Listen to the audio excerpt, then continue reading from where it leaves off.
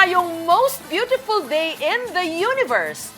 Lahat all out para sa ating pambato. Philippines! Sa Miss Universe 2024.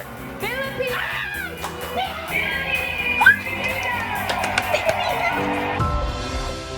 Si Chelsea Manalo, 25, sa ginanap na preliminary competition nitong Biyernes, ang kanyang national costume na tinawag na Hiraya. The exploration from Spain and Mexico led to the Christianization of much of the country. Nagbigay pugay sa napakahalagang papel ng galleon trade sa pagitan ng Espanya, Mexico at Pilipinas sa ating kasaysayan. Ganda points sa mga Meksikano. It's Philippines!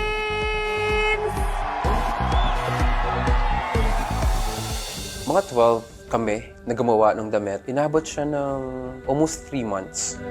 Headpiece niya, it's made of metal. Tapos, in-encrust namin ng freshwater pearl tsaka mga Swarovski crystal. Sa swimsuit competition, si Chelsea umariba. Grant workers. Philippines! Ikinagulat naman ng pageant fans ang naging atake ni Chelsea sa evening gown. We have the Philippines! Lakas makaprinsesa! Di ba most of the girls kasi, pag nakikita naman natin talaga sa pageant, high slit, beaded, encrusted with crystals, di ba? Lahat sexy. We want something different. Sapat naman kaya ang kanyang performance para makapwesto sa semifinals. Si Chelsea, born and raised dito sa Meycauayan, Bulacan. Pilipina ang kanyang ina, habang ang yumaon niyang ama, African-American. Si Tessa, muling nag-asawa. Si Randy ang naging katuwang niya sa pagpapalaki kay Chelsea. Mabait na bata si Chelsea, masipag mag-aral. Bata pa lang, hilig na raw talagang rumampa ni Chelsea. Lagi siya nanonood ng mga pageant. Kinagaya niya. Sinusuot niya yung heels ko.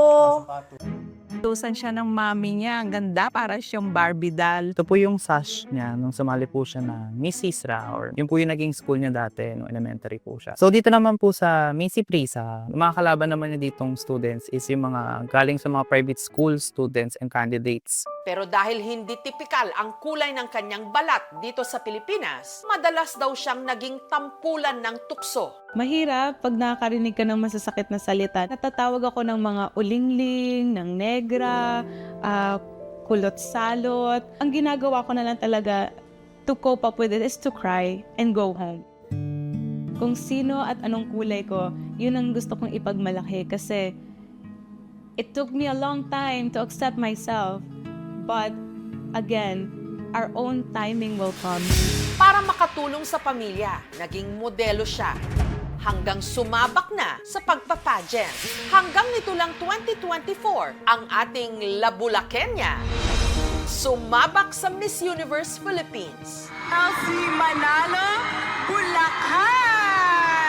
Dalawa kami nag-resign sa trabaho para mailaban namin yung gusto niya. Our Miss Universe Philippines 2024 is Bulacan! Kinoronahan at hinirang na pinakaunang Filipina Black American Miss Universe Philippines title holder. You did it! Dream come true yan para sa kanya. Sobrang dedicated siya. So sabi ko, galingan mo ha. Sabi niya, syempre mami, no, eto na yon, nandito na tayo. Alam ko anak, makukuha natin ang corona. Sa pagsisimula ng Miss Universe pageant, ang sigaw ng mga taga-suporta ni Chelsea. Chelsea! Philippines! Lalo na sa hometown ni Chelsea sa Bulacan, talaga namang dumagundong. Nung makapasok si Chelsea sa top 30, The next woman advancing is Philippines!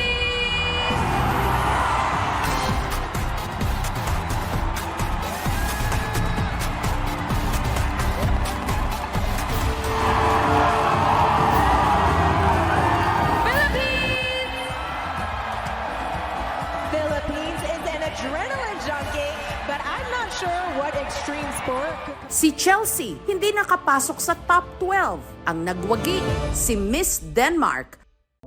Sa huli, ang Pinay Beauty, tinanghal na Miss Universe Continental Queen of Asia. Miss Universe Asia.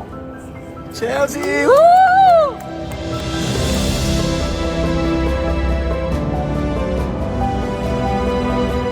Maraming salamat. We are making history as Miss Universe Asia.